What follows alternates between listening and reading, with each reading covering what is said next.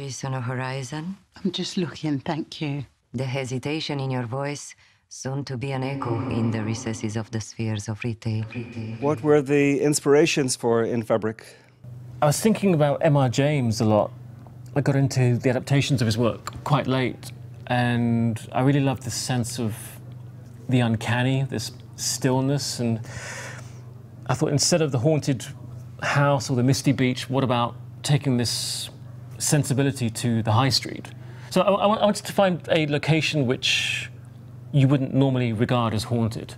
We're trying to look for the unfamiliar within the familiar, and think about, you know, the mannequins in the shop windows and those eerie queues at night of people waiting for the sales. And I think quite quickly you could find something quite dark and strange. But also, I think clothing really, just the power of clothing, how dead people's clothing, how it can make someone cry, how clothing can turn you on, how clothing can disgust you, or how you hate your body when you put something on. So, I mean, all these things, I think quickly the film just kind of found its way. How's it going, Sheila? Everything's fine. What happened to your hand? Washing machine went bananas.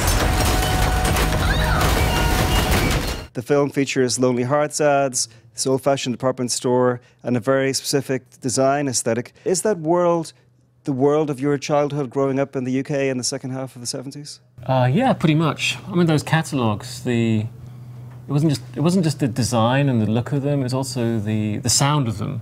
That paper, it was quite a thin paper, like 80 GSM weight, very high gloss, so a lot of that is connected to ASMR, you know, autonomous sensory meridian response, this kind of very tactile response to certain sounds. But yeah, absolutely, I think the mystery of Lonely Hearts ads, you know, of not knowing what someone looks like, the anticipation, but that also goes back to film in general, that you'd read about a film, but you'd have to imagine what it was like. I remember reading about Jodorowsky with El Topo. It took me 4 years to see the film. And I think in that time, it kind of activates the imagination of people quite a lot. And how do you find the balance between comedy and horror? Very difficult, really, really difficult. I always like it. Not just comedy and horror, but comedy and tragedy. Films I love, such as Fargo, which is hilarious but incredibly sad and tragic, or An American Werewolf in London, which 1 minute you're laughing your head off, the next minute you're terrified as hell. So I think it's possible. I think you just have to go with it, really. I mean, again, it's not.